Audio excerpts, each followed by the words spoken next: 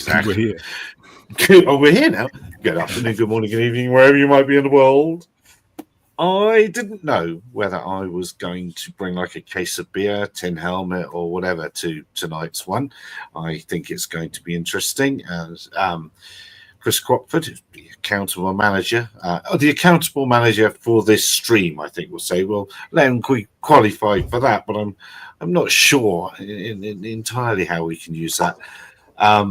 He has been facing similar problems to Ian, really, with the regulator, and we're going to get into that. Well, should we go right into that, or does anyone else have anything what they want to say? Because I have a feeling that we're going to use all our time in this bit of a chat. Anyone else? Any more? Chris, take it away. Well, share this. Thank you for inviting me onto this evening session, and it's a pleasure to be here and see all you guys again. And I've got the worst PowerPoint presentation in the world, so I spent zero time putting this together. So I'm going to now try and share a screen. Oh, it says share a screen is easiest with share screen. Let me just try and do that. Hang on a second. Okay. Yes. No, this is the standard we expect here. Here we go. And then I add it to the stage. There you go. Sit back and relax. Okay, so I could try and actually run this presentation. Are you seeing that? Yeah. Are you seeing all I wish for as a professional and courteous regulator? Yeah. Are we all seeing that? Good. Right. That is effectively what I wanted out of this. I just want a professional and courteous regulator, and I'm not getting one. And I'm not getting anywhere with them. So I have been a serial complainer since 2017, when my first complaint to the CAA went in. And this was about licensing for my PPL. I've got 400 hours on my PPL. I've flown all sorts of things. I have IMC, as it was called in the day, or IRR as it's now known. And I've flown everything from PA-18s through to MiG-29s on it, which was quite comedy. Anyway, so I've been complaining since 2017. But I have the golden rule, which you may know, is do unto others as you would have them do unto you. And I really do think the CAA need to, actually take a step back and ask themselves that question: are they doing unto others as they would do to them, etc.? So I've asked for a Regulation 6 review, and a Regulation 6 review is basically when somebody, a customer, actually gets a revocation or a suspension of a certificate or license, and the person concerned, i.e. me, the customer, has the right to request the case be decided by a member of the CAA appointed by the Secretary of State, not the board of the CAA. Although that person is on the board, they're appointed by the Secretary of State, so they're meant to be impartial. That's a bit of a kangaroo court, never mind. And they have two members from the Secretary of State, and that panel is of those two people, and it acts as a quasi-judicial tribunal. The reason about taking all of my complaints and putting them in through Regulation 6 is I want all of this to be in the public domain. I'm absolutely sick of the CAA going, we can't possibly tell you that because we're hiding behind FOI here. We're not going to tell you this. Complaints process at the CAA does not cover regulatory affairs. So if you have a complaint about how they've done something regulatory wise, the complaint process doesn't cover it. So you have to take it effectively to Regulation 6. And I've put my hand up back in December and asked for a Regulation 6 review. They've made me go through the process, and I think we're going to be there sometime in July this year. At the end of the Regulation 6, if I'm still not happy with the outcome, then it can go to court, and we can let the court decide as such. So I go back. I took part in the first 3 phases of the Future Flight Challenge, and I put in for a temporary danger area. This was back in about 2022, and the temporary danger area process was horrendous. And we had 2 departments. We had airspace regulation, AR and RPAS, and they kept issuing contradictory advice. So one would say, oh, yes, you must do this. And others said, no, that'll be fine. You don't have to do that. And it got to an absolutely ridiculous stage. And so 530 days of 430 pages of airspace change post process, 50 stakeholders involved. I threw the towel in and I complained, and that was my downfall. But the Morecambe Bay Medical Shuttle, as I say, one of 17 Future Flight Challenge Phase 3 projects, went ahead, and we managed to fly 1,260 kilometres of flight, predominantly in the open category. We did lots of good things, demonstrated EC, we put an air-ground radio on board the aircraft and worked out how to route voice comms over to the aircraft so it could actually transmit on VHF. And we actually got the right licenses from Ofcom as well to do that back in 2023. And Ofcom were really helpful, and the CAA were not at all helpful. So we asked for a registration for the aircraft, and they refused as a registration, claiming that we weren't, the aircraft weight wasn't big enough, etc. Even though we'd agreed with the previous one of the RPAS leads that this was for safety matters and should be done, they still managed to find a way out of it through the Civil Aviation Act. So we had to use a French radio call sign instead, which we agreed with the French we could do. And so we managed to do lots of cool things, like getting the drone to talk to hawks coming the other way. So we've got our little drone doing 25 meters a second, and the hawks coming past at 300 knots the other way. But we're all talking to each other, and that was pretty freaky. And the guys from RF Valley were amazing to help us with that. And they're just really nice when you've got two organisations working together really well, even though David and Goliath size organisations. The boring side of it, we modelled over 1.7 million pathology tube movements in a year for the hospital trust. We calculated the cost per tube delivery and built an entire business model on the data that we had found. Okay, so we finished that project, and we could not. We finished that project in the end of March 2024. But during the project, we had a bit of a problem with the CAA, and RPAS had some concerns regarding how we were flying in Morecambe Bay. Now, we've got a PDRA 01 so that we can reduce our takeoff distances from uninvolved persons. And we so we have there's a PDRA 01, a certificate with my name on as the accountable manager. So do they call me regarding their concerns, bearing in mind that they've been handed my details as the accountable manager from the Future Flight Challenge for the project? They've got a certificate of a PDRA 01 with my name and number on it. Do they call me? No, they call the NHS, our client, and effectively derail the project. And this is, I swear, is because I complained. And that's a copy of the heading of the UAS email to Morecambe Bay Health Trust. So we put in a barrister's letter, and they don't do anything about it. So the Office of General Counsel do not acknowledge it. So I have to complain again. So I've complained now. Sorry, Chris.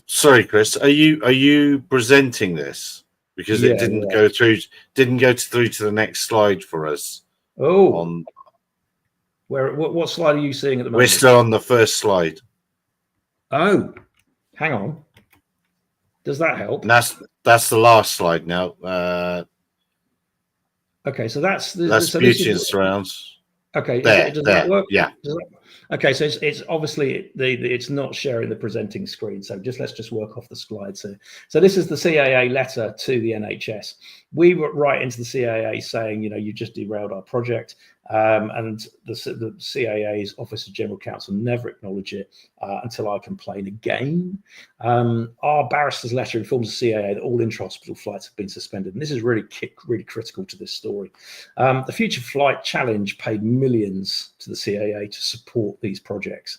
They never called us once. They accepted the NHS. And you've got to ask yourself, why is that? So I put in another complaint that the RPAS were in fact breaching the Civil Aviation Act, because the Civil Aviation Act does actually say who the civil aviation can talk to and share details with. That's all enshrined in their history. And the CAA eventually write back to me in the 8th of February and say, they apologise if Dr. Crockford did not really receive the support for his work on a Future Flight Challenge project that he would have liked. Well, a phone call would have been nice, or an email, just once. just once in the whole 2 years of the project, rather than calling our client. And they basically said that they just didn't have the time available, and there's a good fob off there. I asked the question, really, is that really the case? But our key thing is that Morecambe Bay project ends on the 31st of March 2024, and then on the 12th of April I get an email to the wrong company. So Electric Air Shows is a different legal entity from Electric Aviation. Electric Aviation Limited were flying Air Race Griffin. Electric Air Shows flies Demoda drone light show stuff. Anyway, the email comes through to the wrong, but it's and it all sounds very nice, and I've redacted names here, obviously, and it's all very friendly, and it says, myself and X would like to have an informal conversation to talk about your ambitions in this space and how we can best support you to achieve them. We're particularly interested in hearing your views on the Bernstein of Levy, Skyviews and General Limited stated case and how that pertains to BV loss operations. He gives us some dates and all of that. So I go back and say, oh, nice to hear from you. I'm trying to be friendly and positive about this. So I actually write this very long email explaining everything to them, etc. And this is all. And then, so everything's going well then. And then I get the kicker from them. So we've had this kind of dialogue. It's all been very friendly, and then here comes the kicker. Has your company been operating UAS BV lots in Morecambe Bay outside of any permissions afforded within an operational authorization? You have made a robust argument as to why you believe it to be legal, but I need to understand if you've actually been doing it. And so it's obviously just a phishing exercise from them. But I'm an accountable manager after all, so I provide them with the information that they need. And I don't hear anything from them. Now, one of the things that we did work out on the Future Flight Challenge was the NHS delivery model, I think, is flawed to the extent of commercially, it just doesn't add up to me at all. And Electric Aviation, I had too many companies, so Electric Aviation had fulfilled its purpose. So I closed the company. I could not see a commercial route forward, not for the NHS, and certainly not at the end of March 2024, not with the, we're asked to wait another 3 years before we could have BV loss in the, in the UK effectively. So I voluntary strike off of the company, and you'll notice the date on there was the company was struck off on the 3rd, and the dissolution of the company was the 10th. But then on the 5th of September, I suddenly start getting these requests for logs. And you'll notice that it's sent to my personal email address, and it doesn't actually say which company they're talking about. Now, I've got 2 companies and 3 operator IDs, so it's not very helpful them, not including the company name. So I just ignored it.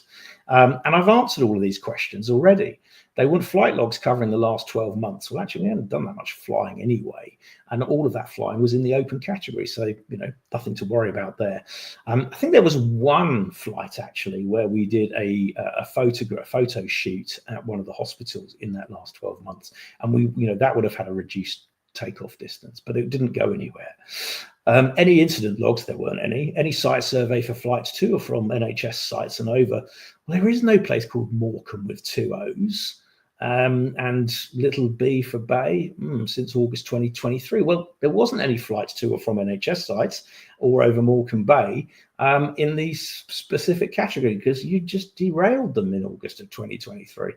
And obviously they went to the aircraft telemetry for a flight over this fictitious place called Morecambe, spelled with 2 O's, and associated site survey and flight log entries.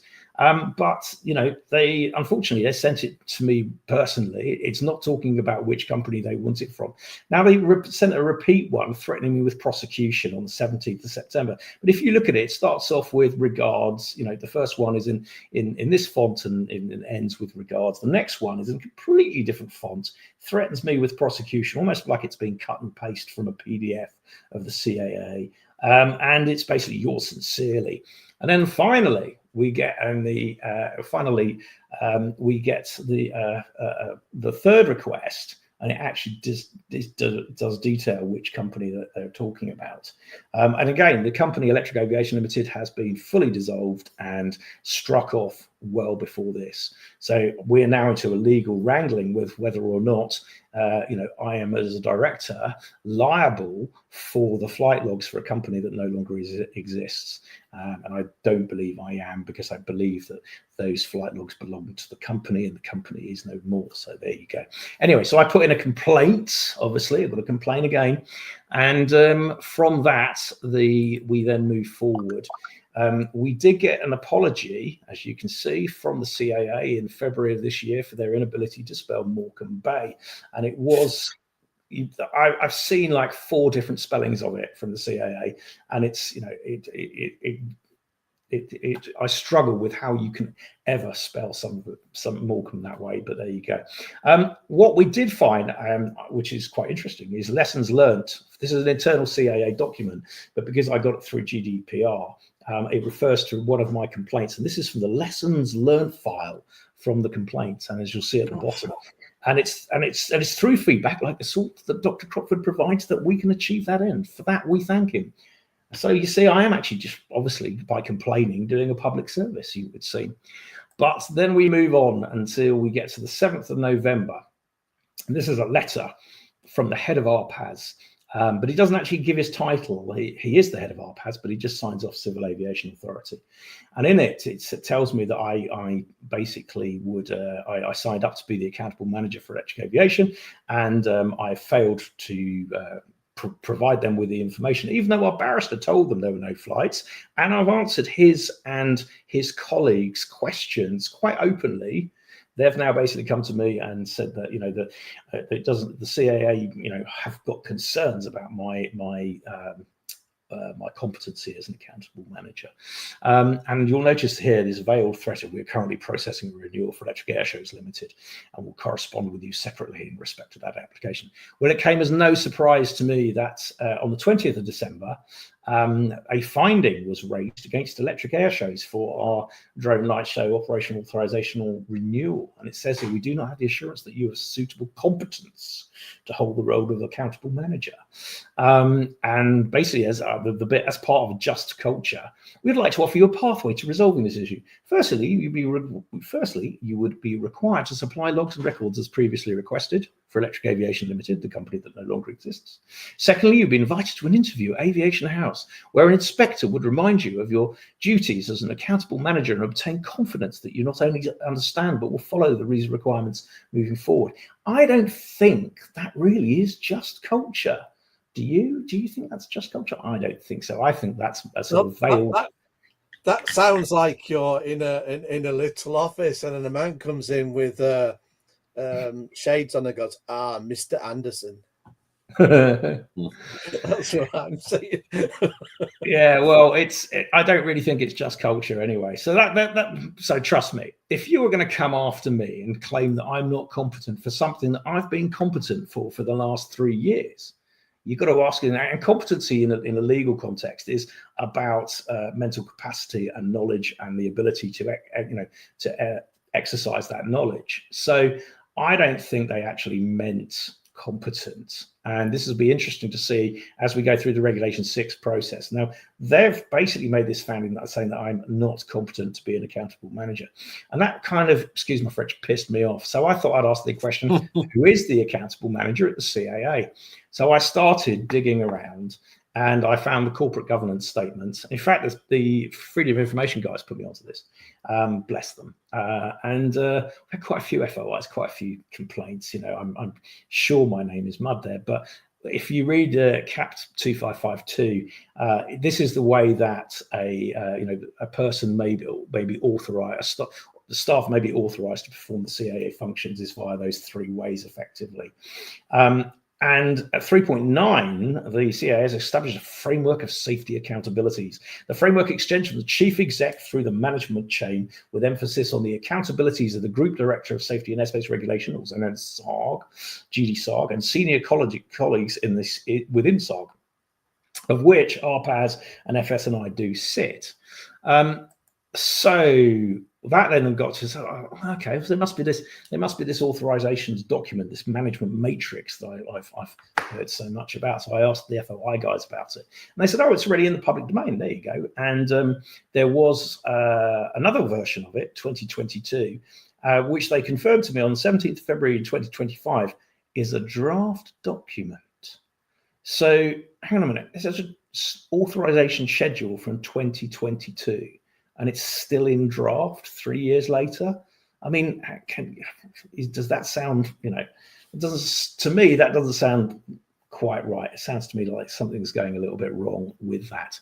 There was an addition to, I managed to find, there was an addition to the SARG authorization document in 2019, in 2024, but that was for flight operation guys only, not RPAS or FS&I. There is a catch-all. The CAA have a set of resolutions as well from March 1972 that basically says that anybody can do anything any other time provided they remember the CAA, basically. So they may be using that as a fallback, not sure. But if we actually have a look at the SARG matrix, on the left, I have to apologize to Mark Swan, who's a guy now at NATS, but the CAA put this in the public domain. I tried to redact your signature there, but I forgot that your name was at the top there. My apologies, Mark. But as I say, the CAA put it in the public domain with your name on it, so that's their problem. Anyway, the management matrix works something like this. You have effectively 3 columns. Column 1 is the function number. Column 2, strange enough, is the function. And column 3 is who is authorized to do that. And if you go down, if you search that document, you will find that the only mention of unmanned aircraft, SUAs, because that's quite old terminology as well, is in function 58, and it's the renewal of a permission. So who gets to authorize initial ones is unknown to me, but it's a small unmanned aircraft up to 7 kilograms to conduct aerial work. Well, unfortunately, the CAA gave me a PDRA 01 for an 8 kilogram aircraft. So how does that work? And the people who can do that are any technical officer above in SARG. Well, that's fair enough. But actually, all of this wording is, the 7 kilograms comes from the Air Navigation Order, the old sections 94, 95 that have been superseded post-Brexit by the EU implementing regulation 947. I need to get out more. And the key thing with this document is it is obvious that it has not been updated, although it has been updated in 2024 for flight ops, it hasn't been brought up to date with regards the entirety of the drone industry and 947, etc. So I believe that there is, the Nolan principles apply to anyone who works as a public office holder. And these are the 7 principles of public life. And I really do wish these would be instilled into the CAA, because those 7 things may just lead to a better, they should be followed. The government recommend that they should be followed. But if the CAA were a little bit more open, had some leadership and a bit of accountability, maybe they'd stop claiming that I'm not accountable. So there you go. The sad thing here is we've had to discuss these a number of times, the Nolan principles, and there's kind of an update to this, isn't there, with the Hillsborough law thing, speed stall. But that's essentially, again, reinforcing this, that people in the public sector should be operating with integrity. Okay, well, this is a cracking freedom of information response here, and you'll love this one. I asked for any policy document that grants the head of RPAS the authority within the SARG management matrix to discharge his duties along with his heads. And if I'm going to read it out to you. Following an organizational change in 2023, the head of RPAS was advertised and went through our standard job sizing and review processes with HR, and subsequently we went through an interview and appointment process. Following this period of change, the head of RPAS safety accountability document is currently in draft and is being updated. So the guy who has written to me saying that I'm not competent to be an accountable manager during the time had no RPAS safety accountability document in place. Does anyone else think that's not very accountable? Because I think personally that's not very accountable. So we also got what was this one? I also asked, actually, was there any previous head of RPAS safety accountability documents for the period 2015 through to present day? And they came in and said, no, there weren't any. And actually, again, this is the joys of FOI, as Ian will attest. It's all in what you're asking for. And of course, there was no head of RPAS as a role, and therefore there wouldn't have been a safety accountability documents prior to this current tranche that's currently in charge. So, and finally, and as I say, the shittiest PowerPoint presentation in the world does come to an end now. But on Thursday of last week, the drone and model aircraft registration team emailed me and said, your organization's drone and model aircraft expires next week. It's time to renew for the next 12 months. Renewal costs £11.79. Guess who they think is the accountable manager at Electric Air Shows Limited? It is, of course, myself. So this just goes to show that whilst the head of RPAS can write to me and say that I'm not accountable, when I think, in fact, he's not accountable, that the DAMARS team still think that I am accountable. So I paid my £11.79 and I wrote to the chief exec of the CAA and said, I've paid my £11.79 because your DAMARS team still believe I'm accountable and I don't think Kevin is. And so that's really where I'm up to. But I'm going to this Regulation 6. All of this stuff I am planning on putting in the public domain, and I have got reams of it. They stopped doing GDPR and claiming that there was legal privilege why they couldn't give me my GDPR from a certain point onwards, because I have got so much really good paragraphs from various people all the way up to the chief exec's office and the chairman, all giving great statements about me personally or about the processes.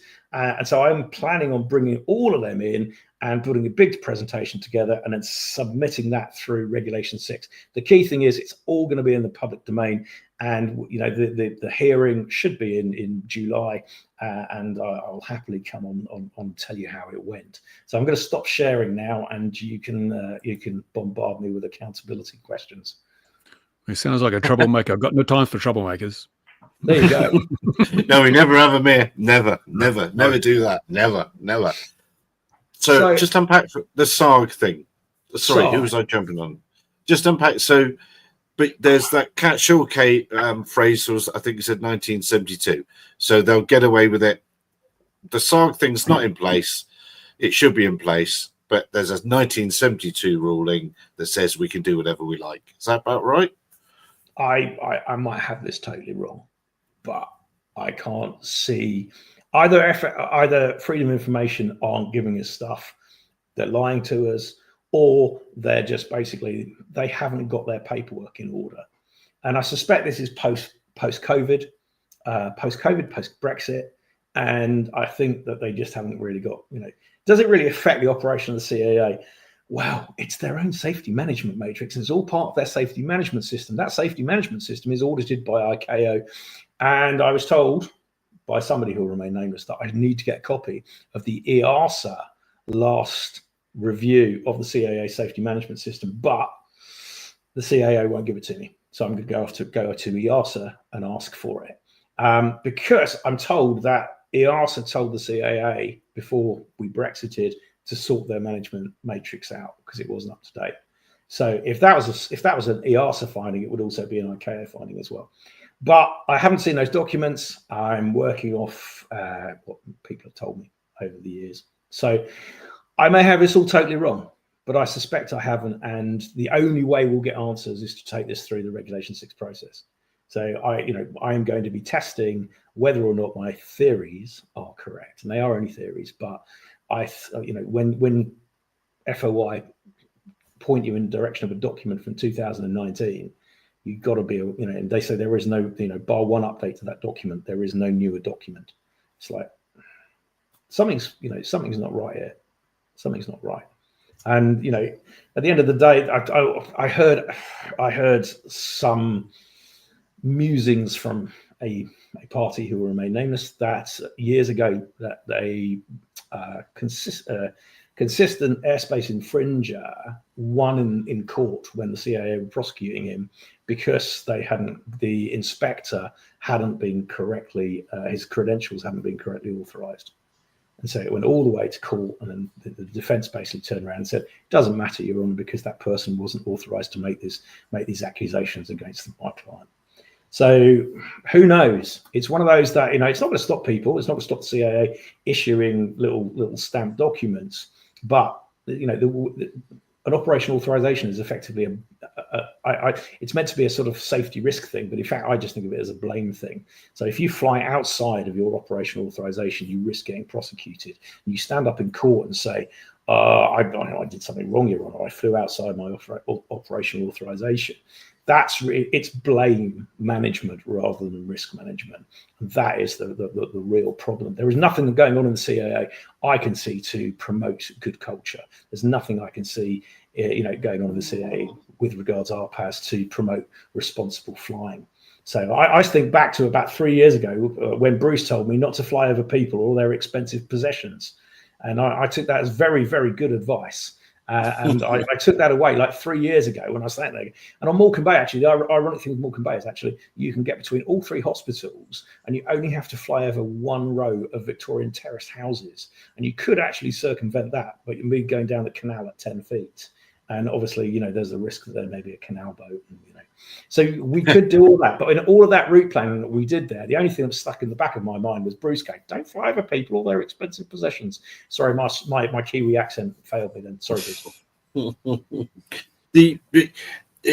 I promise it wasn't me. A friend of mine did end up in court, and he'd put in a chirp, and it wasn't for much of a flying incident, but he'd put in a confidential human incident report, and it's supposed to be blame-free, just culture, all that sort of thing. He put in a chirp, and he ended up in court based on that, and it was a very minor indiscretion, and nobody was hurt or anything like that. And he thought other people could learn from it, but no, that's not how it was to be. He was hauled in.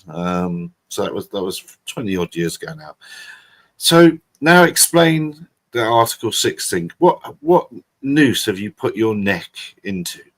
Okay, so you've put your own neck in a noose now. Yeah. I've asked for it. I've said, let's go straight to it. And they said, no, you have to follow process because they've found a level 2 finding that I may not be, an accountable. I may not be competent to be an accountable manager. They have said that, and so because I didn't respond to them, I didn't go and see them and get lectured at by an inspector.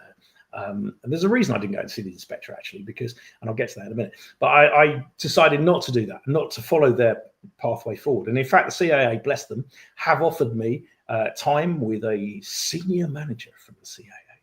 But I've just had enough. It's like, no, look, 7 complaints in 7 years. This is gone. This is not getting anywhere. You're not changing. You're not listening to your customers. So I spent thousands of pounds with the CAA. So I spent £840 to get my drone light show operational authorization renewed. Maybe 640. Can't remember. It's that long ago. It's probably 15 grand now with the scheme of charges changes. Who knows? But the key thing is that I paid that money. And they came around, and we didn't actually fly in that last year. We didn't fly because we've been working on new battery tech and looking at, we've been doing a lot of IP work on the drone light show. So we haven't actually been flying drone shows for the last year. Now I can't fly drone light shows. That's the key thing. So they've withheld my operational authorization. So the risk to me is that I'm not an accountable manager and I can't fly drone light shows. So that's commercially a risk to me. Where I am with drone light shows, I have a lot of IP in that area, which we've been developing over the years, and it's all good. I don't actually mind if I don't fly another one. So I've got nothing to lose on this really. But the key thing is that I want every document over the last, X years, and they're going to turn around to me and say, "Oh no, sir, the Regulation 6 is only about you being an accountable manager." And I'm going to show them that actually that all of these things have to be taken into consideration. That actually, if you keep abusing your customers, your customer will eventually just lose faith and confidence with you.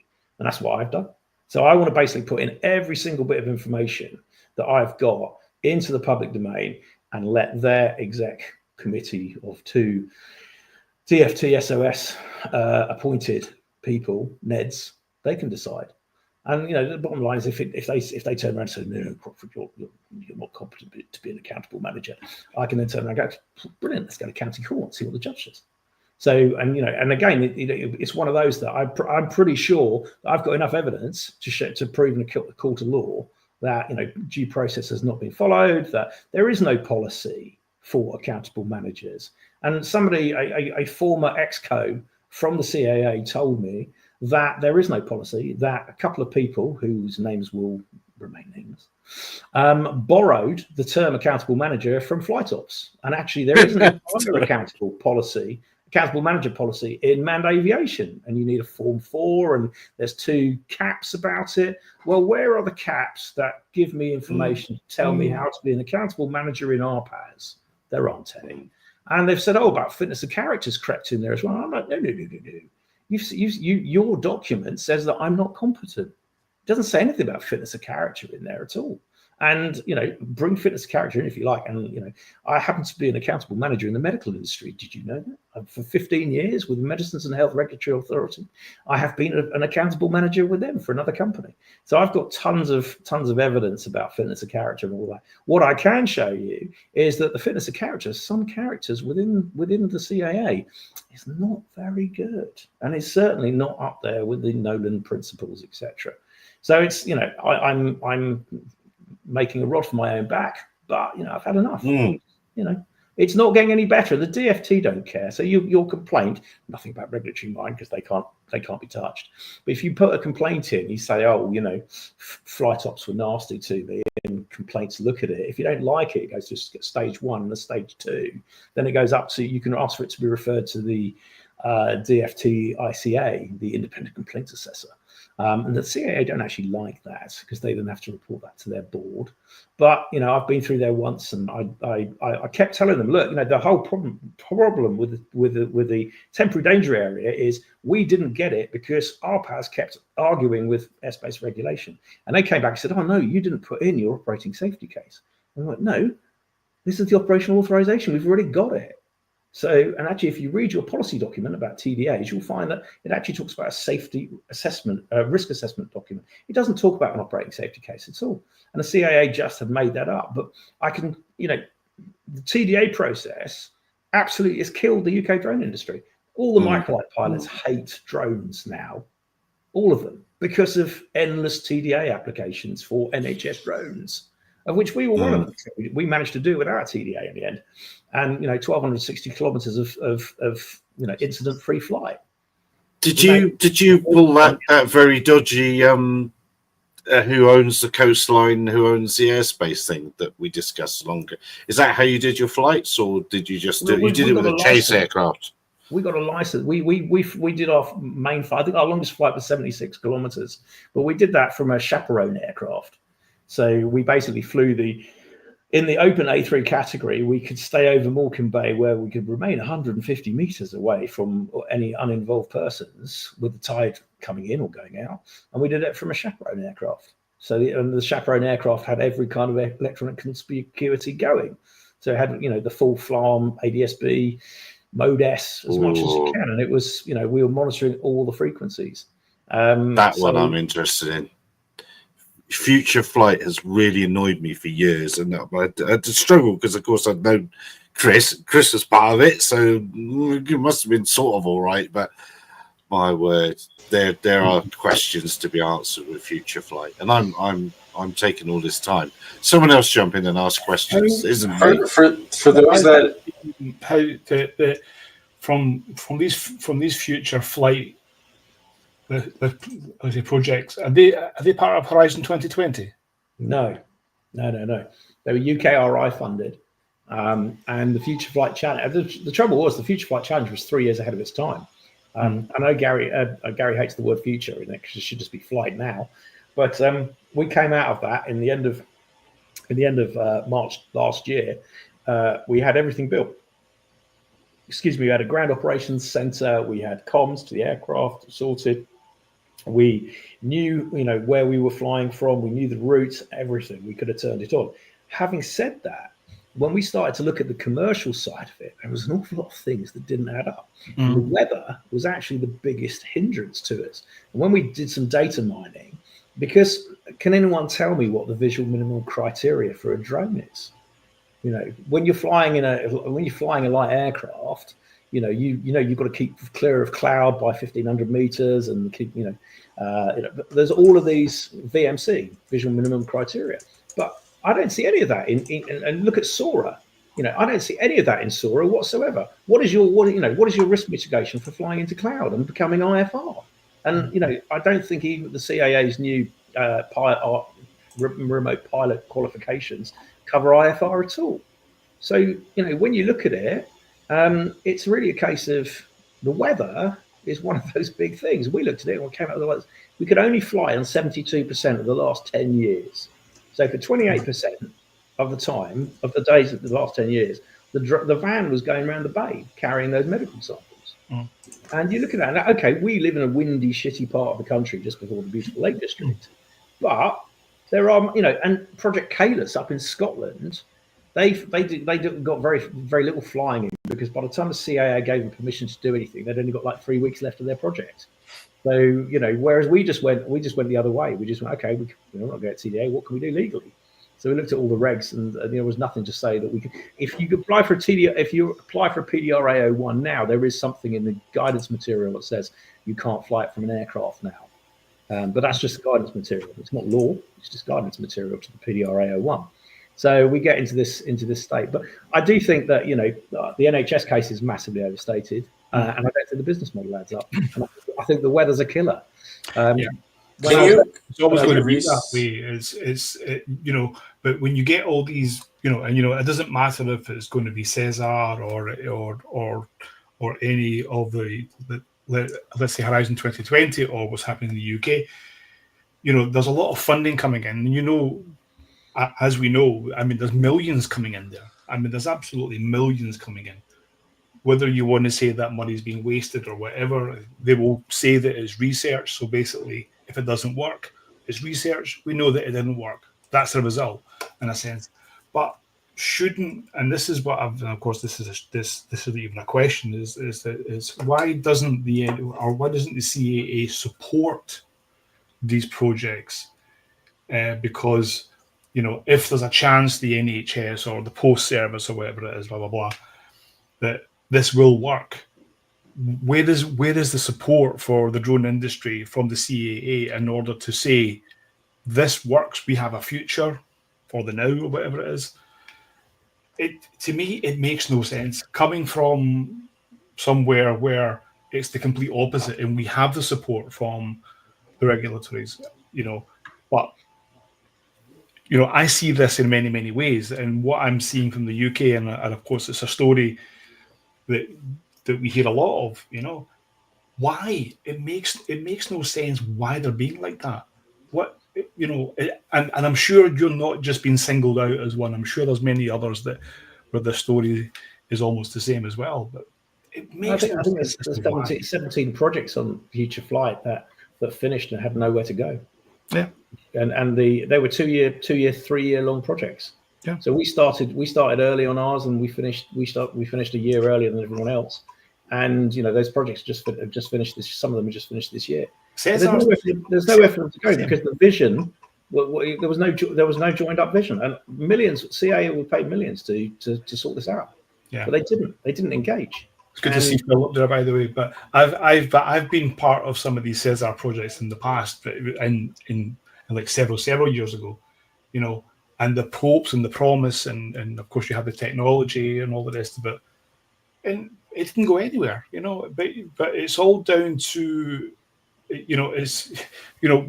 you have Cesar, so you're having a lot of the cities and municipalities that are involved there as well, and they are not taking the chances. So there's no encouragement from many, many directions in order to give that help to say this is what you should be doing.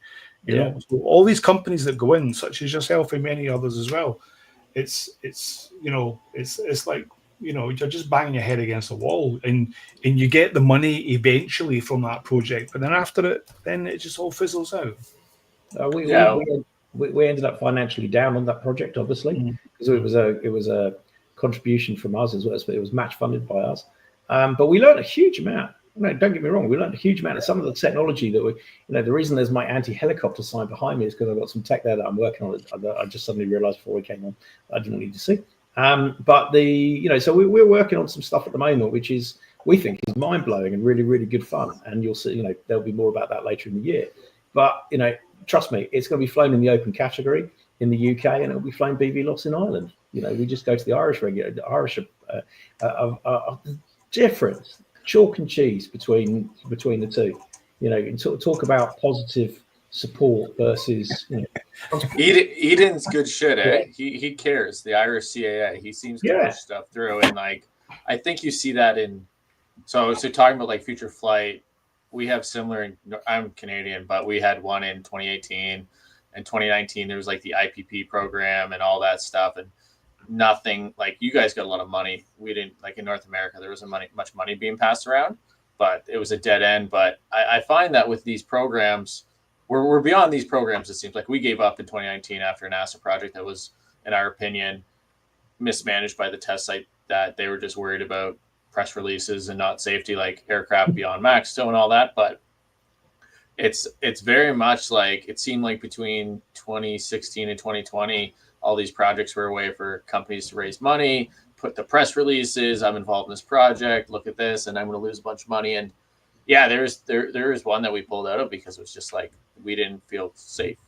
And this was just what is the objective? Is it the press release or is it the research? At least you guys sound like you got some data and some experience out of it. Oh yeah. I think we did the first. We did the first because the Air Race Griffin we were flying is tilt vector quad plane. We did the first transition of a tilt vector quad plane from vertical to horizontal flight, and looked at the vibration profiles and looked at if anything regarding medical samples would be effective. And the answer is no. A lot of the safety case for the transport of medical samples, I think, has been massively overstated to almost generate work for the regulator. And it's just if you cannot tell me that a drone flying around a city can pick up from family doctors in a city location as quickly as a gig economy e-biker from Uber Eats or Deliveroo. And but do you really want those people handling your goods? Well, do you really want a drone handling your goods? So if your drone disappears off on its own with 20 samples of people's blood, you have to go back and invite those 20 people back, and they're like, well, where's my blood? Well, we don't know. The drone went that way. As opposed to the Deliveroo driver, who's actually a human in the loop and going to actually take, because you're going to pay him extra, he's going to look after those things. And there's an awful lot. The NHS is riddled with, it's changing admittedly, but it's still riddled with old NHS GP surgeries in Victorian buildings, and those Victorian buildings tend to have previously had a garden out front, which is now the car park for the GPs, and there is nowhere for that drone to land. So it's going to be a winch option, and then you've got a winch coming down and all these people around. And I went over to see Bobby Healy at Manor, and I was just blown away by what they were doing over there and the support they'd had, etc. And their ability to fly in all weathers, because they don't have to worry about detect and avoid and stuff like that. And it was just it was brilliant. And they're actually getting on and doing it, and the data they've got is bite my arm off if I had those opportunities. But we don't have those opportunities. But if you think of the support that they've had good support from the Irish, and they've just started here in Finland as well. But they have gathered, they've had a lot of investment money over the years to make that happen, which for many. And I think when you look at, for example, what's their name? The other one where the thing comes down off it, what do you call it again? Zipline. Zipline. They have really good technology as well, but they're not doing it in built-up areas. They're doing it in the middle of nowhere kind of thing. I think Zipline's doing it in Houston right now, I think. Yeah, but I think they've stopped. That thing that's been stopped. Yeah. But stand to be correct. Yeah. No, that's the other one. That's the other one, not Zipline. Wing. wing. Or anyway, sorry, the other one. You're right. Carry on. I must say though that US spaces aren't as often as condensed as they are in Europe, in that you've got big gardens and so on. You're not packed together always as much as you are over in Europe. Yeah, I think there's a project going on right now. As well in the US. Everything's a waiver in the US, so But to me though, so money was spent for future flight, and people, Simon says in the comments, some people think it's a failure. But well, I'm not a UK taxpayer, but were I to be paying the money in the UK, I would want to see the data. If I've paid for it, I would like to see it, please. I'd like to be able to use it in my business plan. And now the CAA is doing a pretty terrible thing in hiding behind commercial and NATs. I can't remember the exact phrase, but for commercial reasons, they're not giving away what they're doing. It's like, well, hang on a minute, the people paid for that. You need that information. But that's something that's something that we do in Cesar. So when you're working in Cesar, when you're on, whatever project there, when you start it, at the very end, you have to present every piece of data, and all that data is available to the public. It's available for you to see. So if it's been a success, you can see that. If it's been a failure, you can see that. But and I'm sure, Chris, you probably know this doing these kind of projects, but you spend 20% of your time flying drones and 70% of your time doing documentation, planning and whatnot, because that's what these projects are about, especially Cesar. Jesus, well, you see, now that I'm not an accountable manager, I spend all of my time doing freedom of information requests. Previously, you're right, I got about 20% flying, 80% paperwork, but now it's just 100% paperwork. It's great. Yeah. I'm zero risk. It's fantastic. I'm not flying it. But there's so many people putting freedom of information. Sorry for viewers in the rest of the world, but it affects you. Your regulator might be doing the same, and you need to find the ways. But there are so many people putting FOIAs into the CAA at the minute. It's that alone that's a signal, isn't it? That very fact alone needs to be looked at. Why are so many people asking? There was a CAA board meeting back end of last year. Can't remember which one it was, and I read the notes from it because they're publicly available. And the chairman, Sir Stephen Hillier, DFC, Gulf War 1 and 2, and he told people that the board of the CAA should go away and make sure and listen out for the next Mr. Bates and the post office scandal. So I emailed him the next day and said, "Could you send me your?" When I read that, could you send me your briefing notes to the board on because I'd like to use them in my Regulation 6 review. And I then got a letter from FOI saying that it had been passed to as an FOI request, and they weren't going to give it to me on the grounds of they some corporate privacy thing. But it just made me laugh that he actually, Sir Stephen Hillier, DFC, he actually passed it on to FOI, and FOI dealt with it for him. So rather than picking the phone up to me and saying, "Well, I've got 7 complaints in the last 7 years, and what would you do differently?" Or how can we resolve those? And I have to say, the CAA have offered for me to meet with a senior manager. I'm just sat there going, who might that be? Because I've got some really juicy stuff on most people. So there you go. Careful what you say now. It's just well, I say juicy stuff. I've got people going. There's one quote that I've got in there going. Crockford really thinks that we're going to be threatened if he, by him telling us that he's going to take us to him and his MP are going to take us to the Parliamentary and Health Services Ombudsman. And that's what they think. They just think they're above the law. So we wrote back to them saying, regarding the 3 dubious, seem to have been done rather on the fly, requests for our flight documents and the threats of prosecution. We wrote back to them and saying, actually, the Companies Act 2006 states that if you are to request documents from a director, it has to be done in writing and sent to the company's registered office. and here is the Companies Act, blah, blah, blah. They went, no, it doesn't apply to us. I was just like, really? Really? So the Companies Act doesn't apply to you? How? Oh, well, we must maintain our regulatory authority. Hang on. Isn't it in your PDR, well, in your company's thing, where they can go, you just point to your PDRA that doesn't exist anymore, just go, that's the office you talk to. There. It's in there. Send a request. Try that. No, we're still going to email your personal email address and not tell you which company we want the records from. It's nuts, isn't it? It is totally. But this is why it has to go to Regulation 6. So Regulation 6, all of these things are going to come out. We're going to turn around and say, well, you didn't serve us, you didn't serve me notice under, Companies Act 2006 clause, whatever. So I'm going to say it. So how much money this must have cost you a bit, all of this. So how much money is that ARPAS put in support of you, because they represent the industry in the UK? So they must be pushing for the regulator to do its very best. So surely ARPAS is completely behind you in all of this. I think they've been remarkably silent. Remarkably silent. So, that's what it is.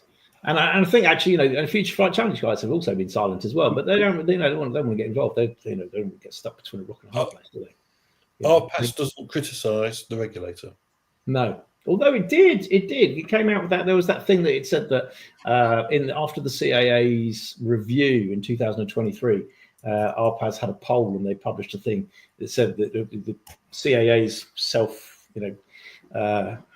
self-fulfilling prophecy review said that that we're handling the drones people really well, and then something like 86% of RPAS turned around and went, no, we're not. So RPAS do criticise them occasionally, but it's not. I don't know. It's not. They're pretty toothless at the end of the day. But you've put your neck on the block for the UK industry, because your interests are elsewhere and your light shows and different things. So you're doing you're doing a service to the industry. So somehow, as the CAA said in that thing, and he's doing a great service, and for that we thank him.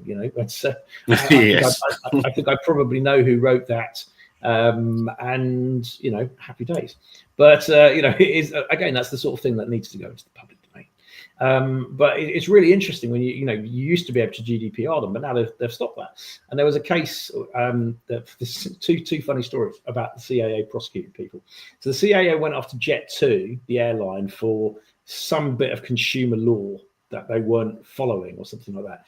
And the CAA won, and then Jet2 went to, I think, appealed it. And they appealed it on the grounds that they hadn't been given all of the information because the CAA were withholding information, claiming legal privilege.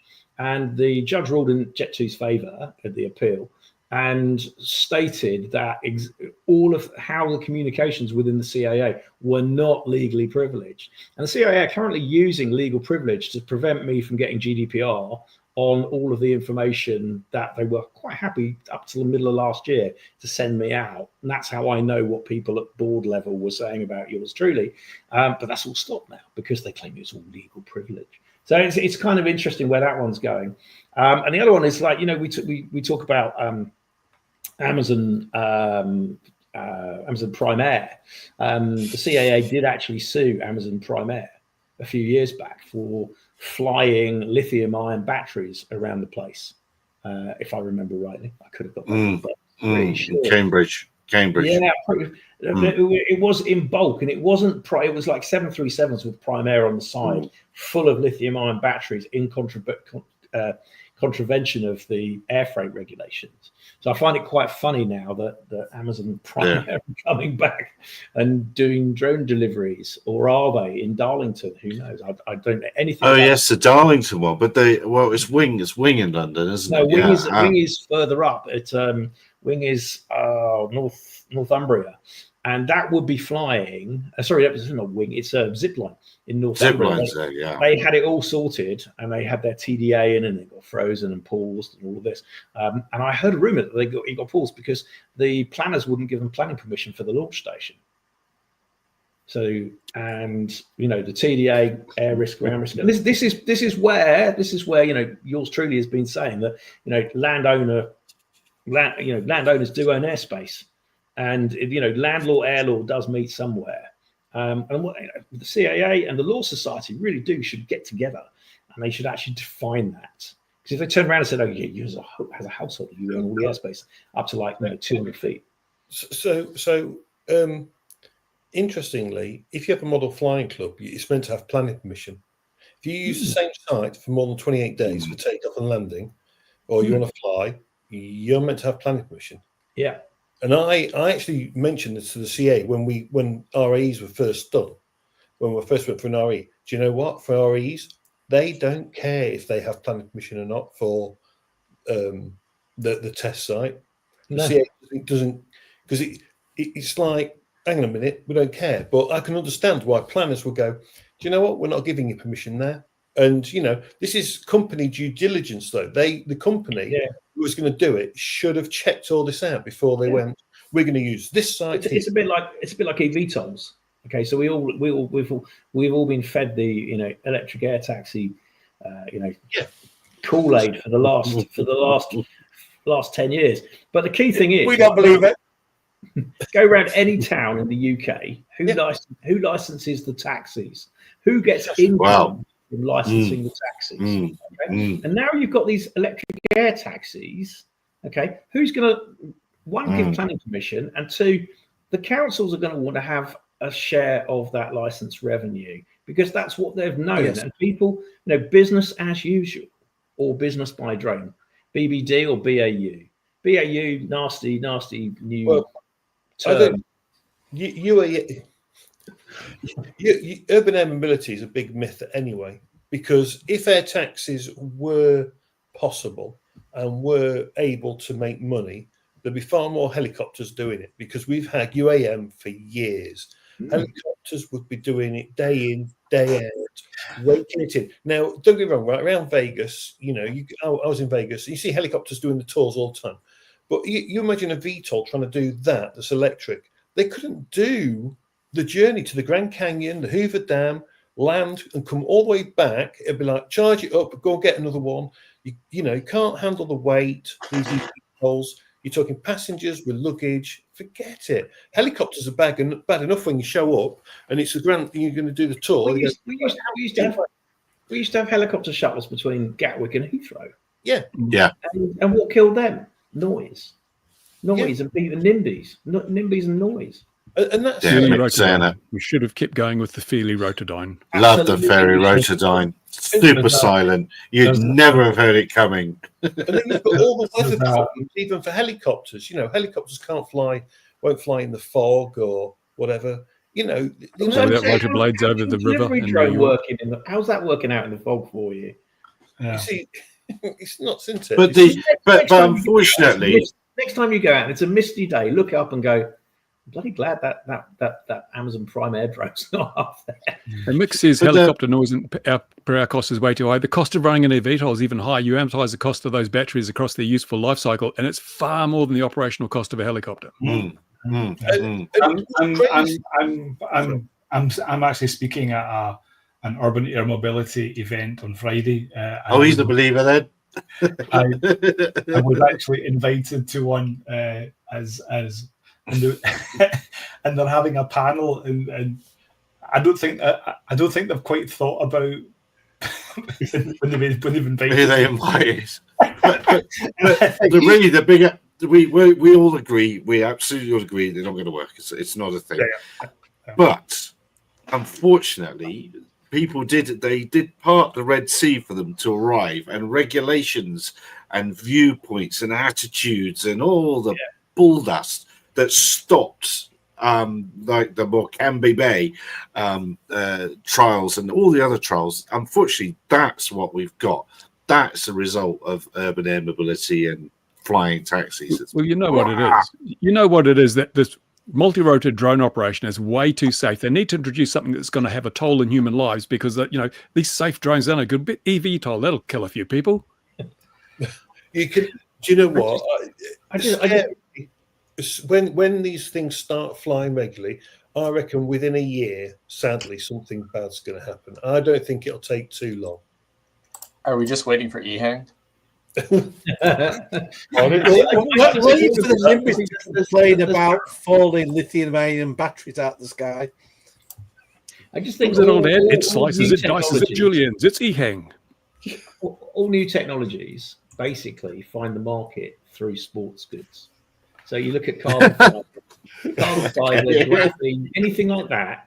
Okay, any new technology, materials, whatever, it always finds its way through expensive sports goods. Okay, so the Or drone pornography. industry, eVTOL, I think you will find people lunatic enough to go around and fly, fly these personal, jets and whatever they're called. I can't remember what was the.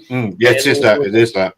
The Is it? return of the Barnstormers. Hooray, hooray. The know, Jetsons somewhat different though. That the Jetsons really, that's kind of your motorcycle kind of equivalent.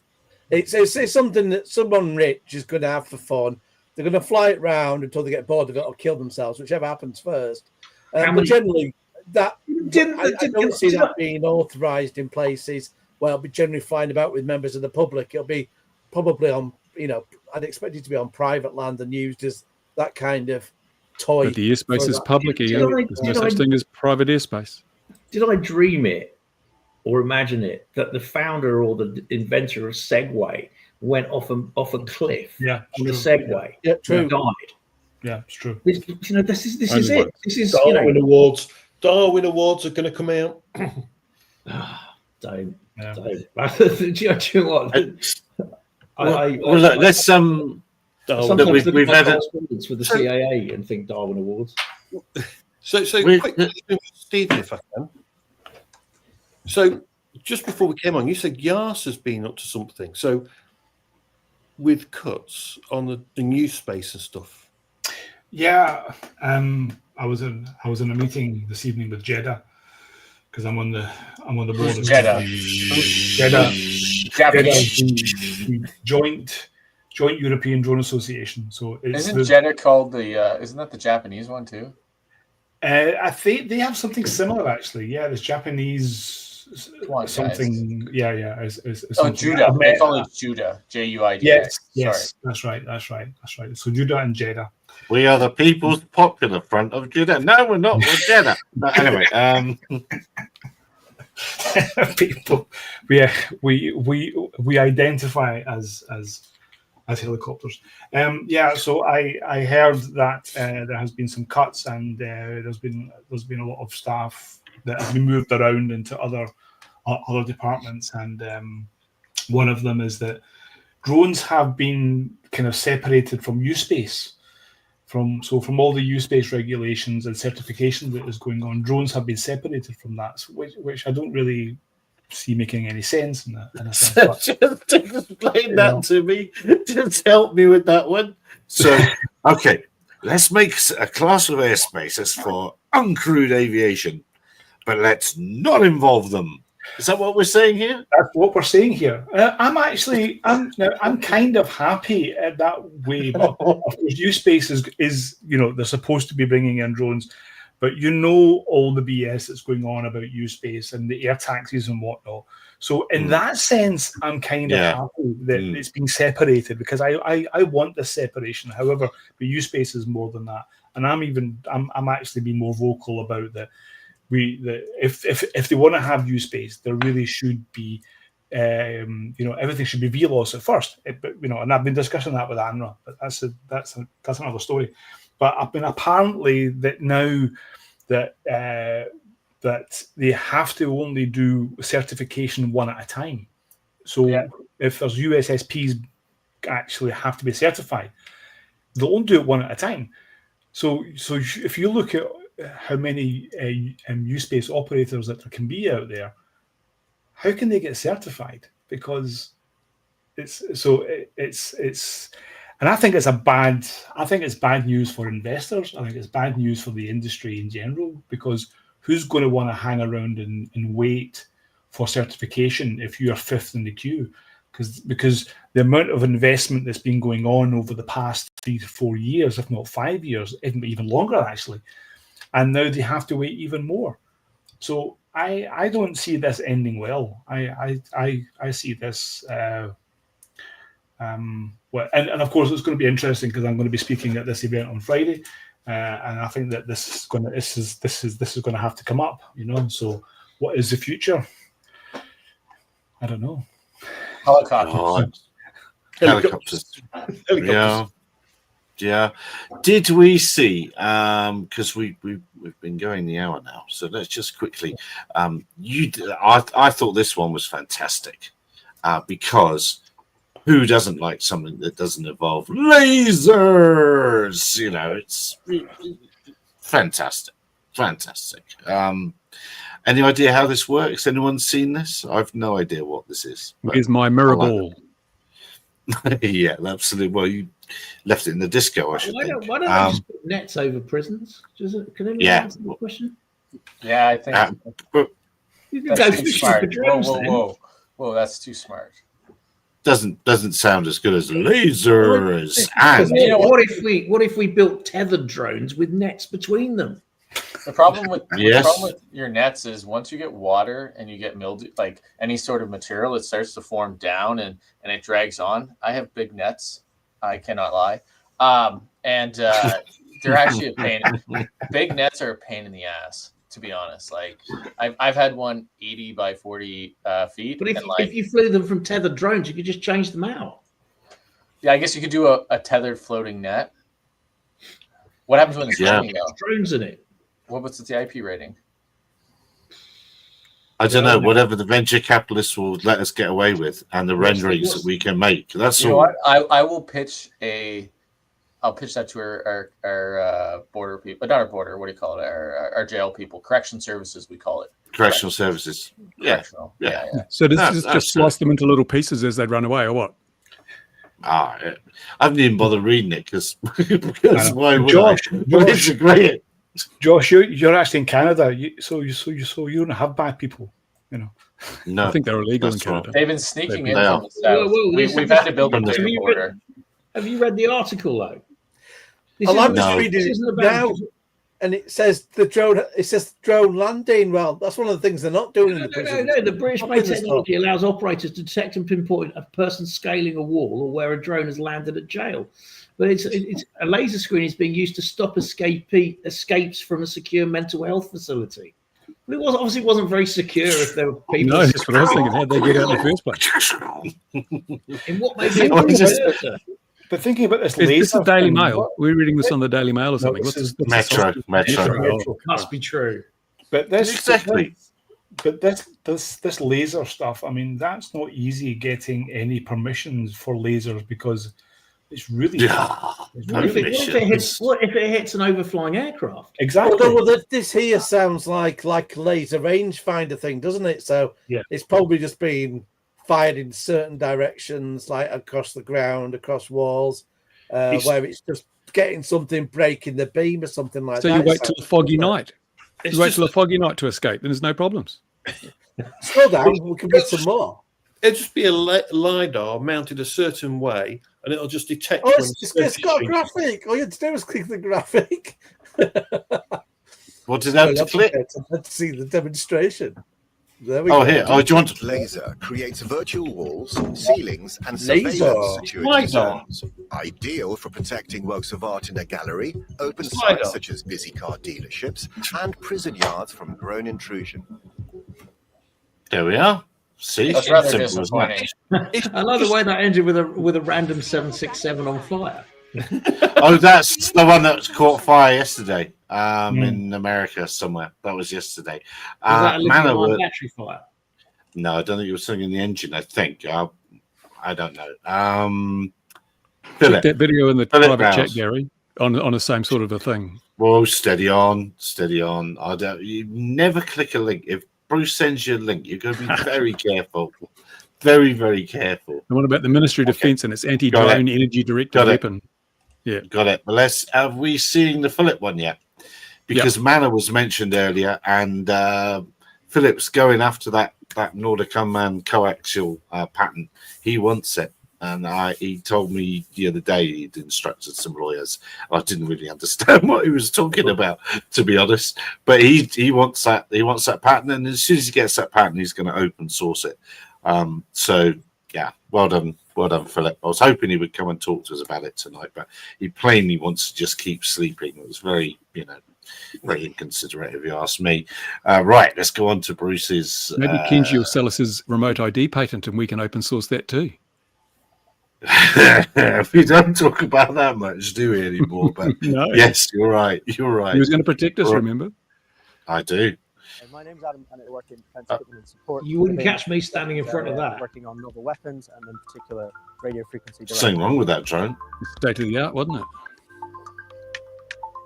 So what we've got behind us here is an example of a radio frequency directed energy weapon. This particular example was developed for the purposes of trials and experimentation. This system is not going into service, and it's comprised of a number of components. At the front end, the effector generates a very intense beam of radio frequency energy, and then through this antenna directs that onto a target. We have a high performance radar sensor system that detects, tracks and targets small objects flying in the air like drones. The mission module houses the stations where the operator and commander sit and control the weapon system. Up at the back here, these white objects are the antennas for the wide area surveillance radar to track and manage multiple small drone targets.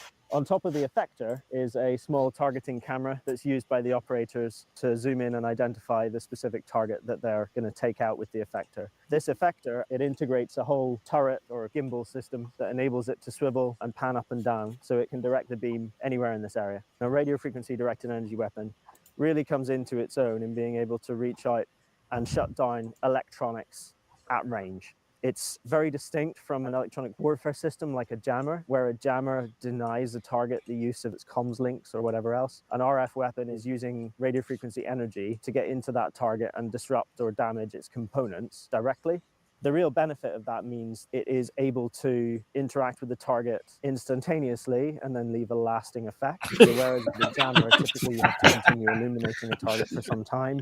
The other advantage is that it's effective against targets that you can't jam. So if you have targets that are either how many more drones autonomous, must die, dependent on an operator somewhere else flying them, then an RF. I've already thought of Is anyone else thinking Chinese drone light show in the wind? Enables us to work towards. I'm already thinking of ways that I could beat that.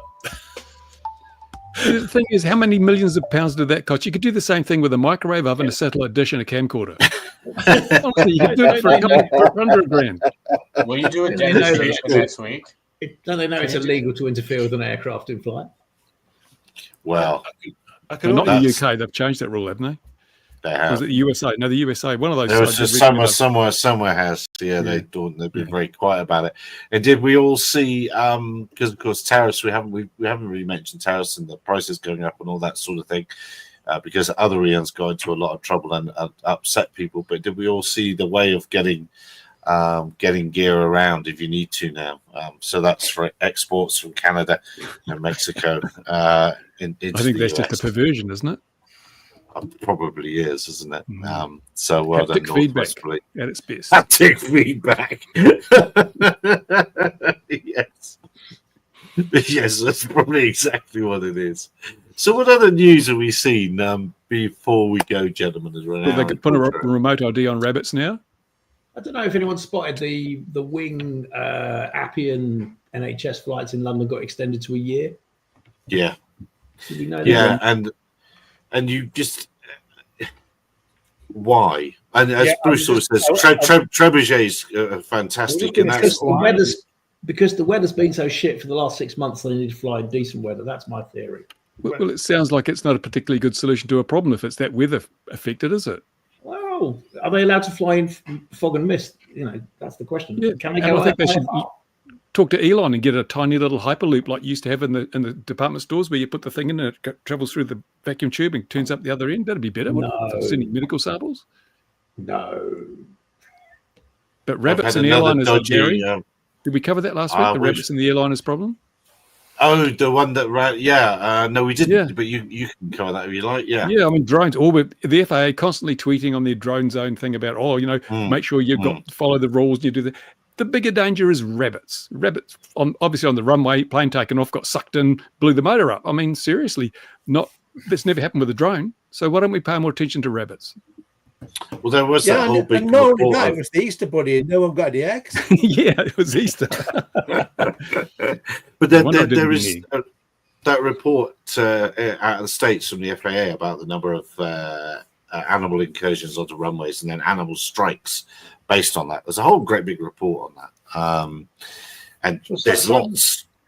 Surely you just use one of those focused energy weapons that Simon Strickland turns everything to chicken.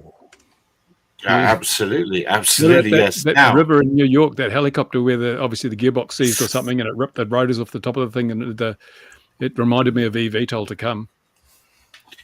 Well, that was a massive failure of something up there because it did. The first photos were obvious. It had taken did you notice a lot of the mainstream media was all these stories about mast bumping? It could have been bloody mast bumping. the Jesus nut must have. These people are talking to experts who know absolutely nothing about the subject material because anyone with half a brain could see it wasn't a Jesus nut because the transmission was still attached. It wasn't mast bumping because the mast wasn't broken. I mean, but these experts with little epaulets telling you, yes, well, I flew in Vietnam, I flew in World War I, I flew helicopters in World War I, so I know all about them. Oh God, but the mainstream media with its narratives, it's outrageous. I know nothing about helicopters, but I tell you, I have watched Wallace and Gromit, and you know the bit where Gromit, you're qualified. Drill gets stuck and gets up. That's what I see happening with eVTOLs all the time.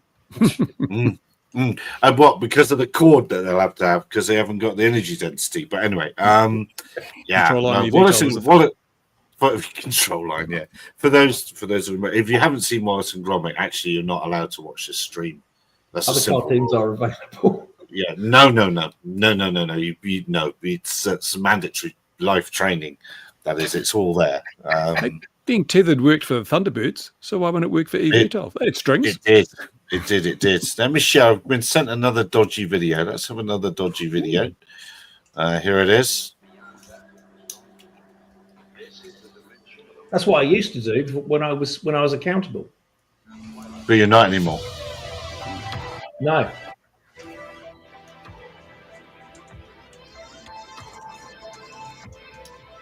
So anyone know anything about this? It's becoming a bit passé these days, isn't it? Drone shows, they're everywhere.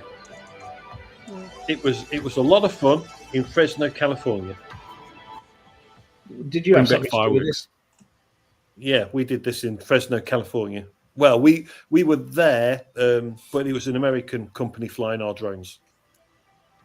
And you're making them now over there. Yeah, so they're made under license in America. It just makes life easier because at the minute with Trump about, and that was amazing having that in the sky, that spider, and then wrapping Frodo up. That was just it's just so big. It's just incredible. I've got a question for Chris on light shows. When you were doing them, please tell me you at least once did a flying penis. Absolutely. Never tried it. There is, and it's on. People from our illustrious regulator might be watching this.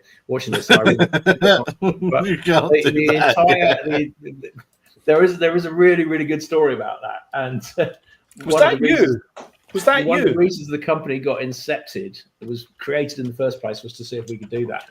And we had, if you think of Tintin's rocket, and if you morph from Tintin's rocket, okay, and you do it and you film it in 30 frames a second and all that, there is one frame where Tintin's rocket looks like a male appendage. Josh has got to go. Josh has got to go polar bear riding or whatever else they do in Canada. Yes, Josh, look after yourself. Elbows up. Elbows up. And I feel like everyone's holding back all the comments right now on the growing light show Tintin. So you guys have fun with that discussion. Yeah. Well, no, obviously we're going to talk about you as soon as you're gone. So all right, look after yourself, mate. Cheers, guys. Bye. Cheers, eh? But anyway, that's where Mark goes wrong. He will never do it. I keep asking him and refuses to do it. I want to see the headlines of NIMBYs in Lincolnshire complaining about this UFO penis that's flying across the sky. But the thing is, they're only going to see it from a certain angle. Yeah. They're only going to see it from a certain position, because if you're on the other side, you just see something else, We've moved office. We're no longer in Lincolnshire. Literally, last week, we moved office. So now we're in Nottinghamshire. We've now can step they're more discerning there, I believe. Well, the kicker is, because I live in Lincoln, we have the red arrows, which are based over there. And so airspace around here gets a bit restricted and too restricted at times. So we've moved to an office where literally we can just step outside and fly the drones. It's just made it a little bit easier from build, testing, and any R&D we want to do. Absolutely anything means we can just do it and not worry about restricted airspace times and stuff.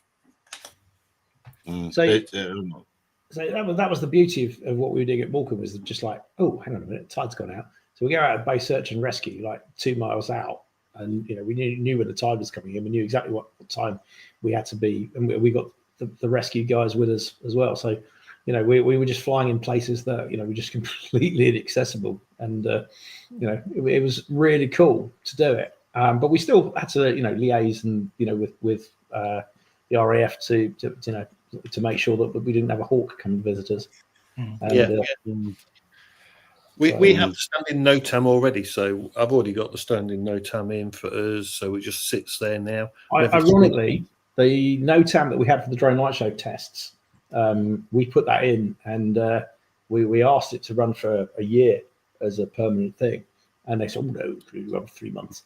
But during that 3 months, that's how we got in contact with the RAF. They got in contact with us and said, "Ooh, are you active?" We said, "No, we'll be on the ground."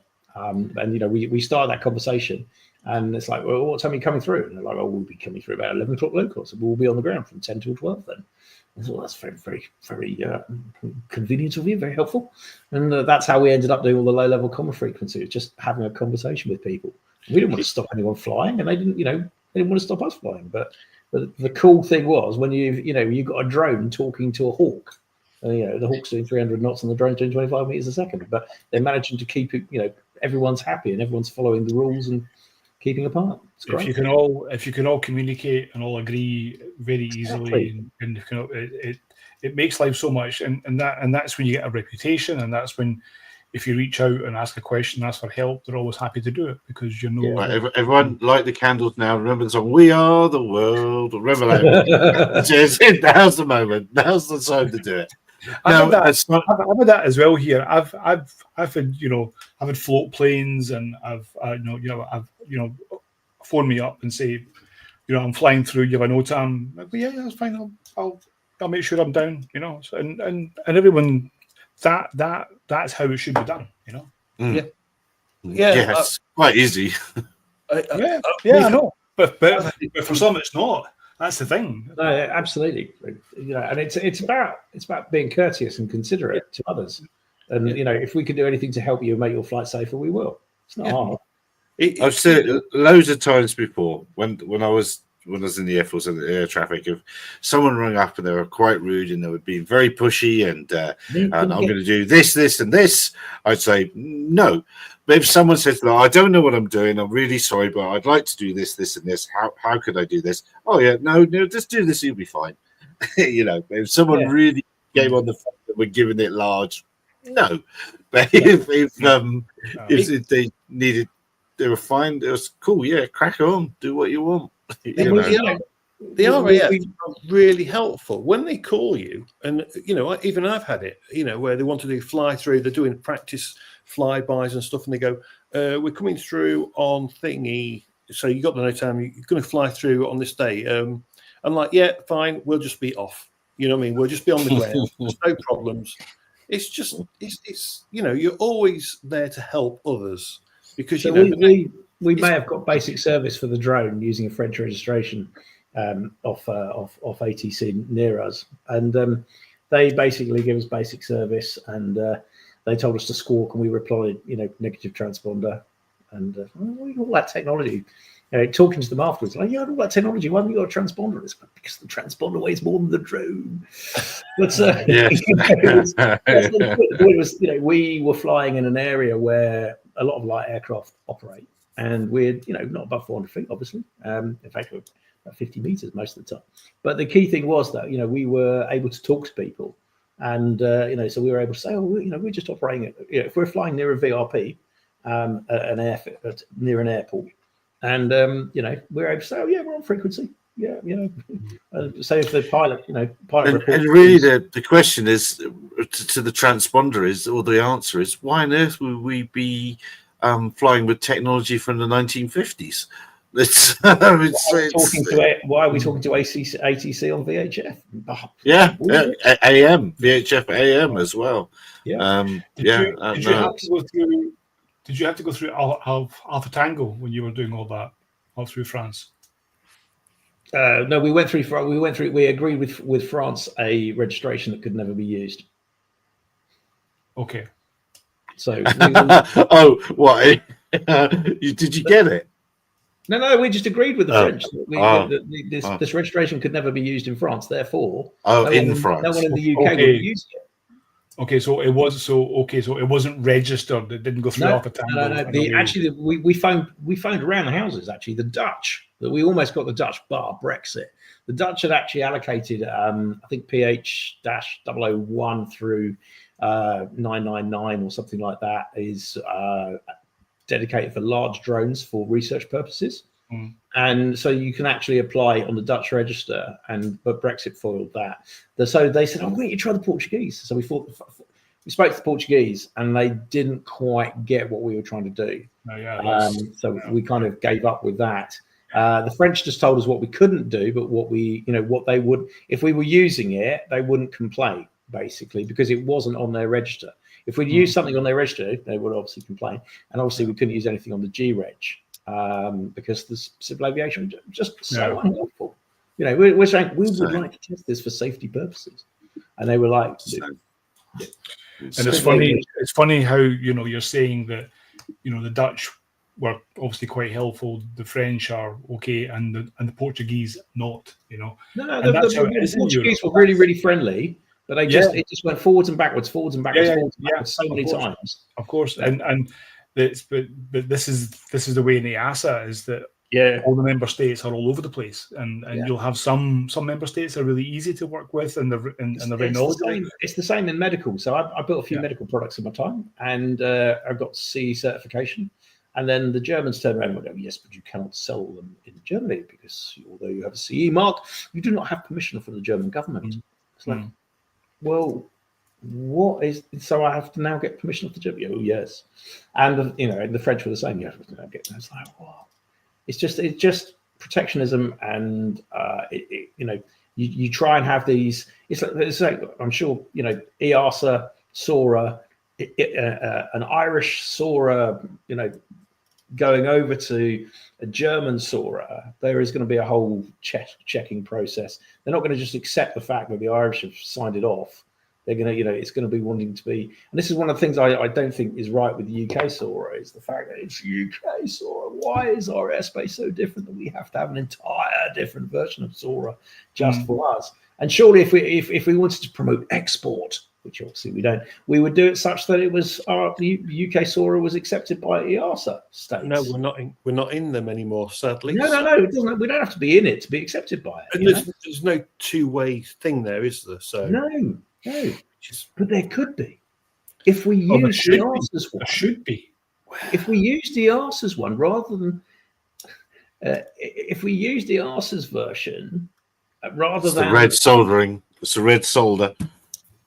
Red card. Common sense. We could, just you could go to Ireland and go, oh look, we used the EASA's version of SORA. Happy days. But now it's like, oh no, you can't go to Ireland because we used UK SORA. But you know why, don't you? The main underlying thing here is, this is why across EASA it's all different. Across Europe, UK, they're all different. Do you know why? Because we would all go to the cheapest one. So the UK is really expensive. We wouldn't come here for SORA. We'd all bugger off to somewhere else where it's cheaper. Get it done there, then come back and fly here. Do you know what I mean? I do. It's one of those crazy things. It's protectionism, which is why, it's like France will go, well, our SORA versus Germany's, well, this needs this adjusting, or this wants this doing, or even the gravity is exactly the same in both countries. So that's not strictly true, but anyway, microgravity differences around the world. We must have the Ian 1 minute really, or we haven't had the full hour for Ian. But is there anything, because Simon mentioned it earlier, what can be spoken of the things, because you're also fighting the good fight?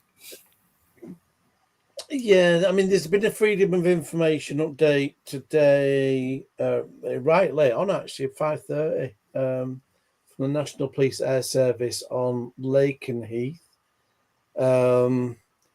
Some answers and some exemptions there. They're not all fair exemptions either, because they've exempted one of my questions where it's already out in the public domain, which was asking when the helicopter ended the task, what was the reason? And we know now it was because they felt it was unsafe with the vicinity of the drone. So what they have confirmed is that the United States Air Force didn't reach out to them, because there was that 360 radar group, and there was a guy on there been listening to some comms, and he was trying to spin it. I didn't like the spin at the time, because I just thought this is his own view of the world, because he was doing stuff of, kind of police are incompetent, should have left it to United States Air Force. And it's like, well, that's not how the way the world works. If you're calling in a drone sighting, you're not just going to send out an F-16 and fire a missile at it. It's going to be a policing thing anyway. It's quite appropriate. But he said that, they were shooed away by the United States Air Force. That's why, and we obviously know that's not the case. But they've confirmed they had no communication at all with the Air Force while they were on that mission. It was purely a policing exercise. I heard down the pub that it was a drone the size of a small car doing 300 kilometers an hour, and it wasn't launched from the UK. They all are now. That's the Daily Mail, to be fair. Although that's come really from the other thing I heard was that certain DJI products were launched in the chase of that said large drone, and those DJI products were taken control of by the large drone. No, that was in the same thing as well, which is just one report. I don't really give it much credence. I wouldn't if it wasn't for the fact of the person who told me that. They were in a pub, so it was down the pub. Yeah, obviously it was in the pub. No, so that must be true. Well, I mean, the fact of the matter is, there isn't a car-sized drone flying around at 300 miles an hour. It's nonsense. But I mean, we could see from the helicopter speed, though, it was doing 120, 130 miles an hour. While they were flying around, I think the slowest they went was to about 90. But we'll have to wait until see if they ever release a video. That's what they're fighting. They won't even give a description, so they won't even say whether it's like a multi-rotor, fixed wing. That stuff you could say. You can't stick that behind national security and expect it to hold up. It won't be. There is a video. That's the bottom line. There is a video of whatever they were chasing. There is a video. They won't say exactly where that was recorded. What they've done today is they've given the impression they saw the drone. They put drones plural now up at Lakenheath, but the way it's kind of worded is kind of it feels like it's a misdirect, because they've worded it that they repositioned their helicopter over Newmarket, and it's like, so you went 10 miles away to reposition to look at this drone. It just doesn't add up, because that's going to be beyond really the range of the video unit they've got on the helicopter. So that suggests to me still that. What's that? Sorry, it could have been a horse race going on. I didn't hear that. Popped off to have a look at horse race. Oh, the other interesting thing is, which speaks to Chris's thing, was there was a couple of versions of that, and one of them did look a bit copy and paste, didn't it? So the copy and paste of other stuff came in again, I thought, on that one today. I mean, it is right in the fact, because obviously at first when it said there was an incident involving the police helicopter and that, I was skeptical, because obviously the CAA had said there was no air procs logged, and you expect the CAA, when you ask them a straightforward question like that, you'd get an honest reply, wouldn't you?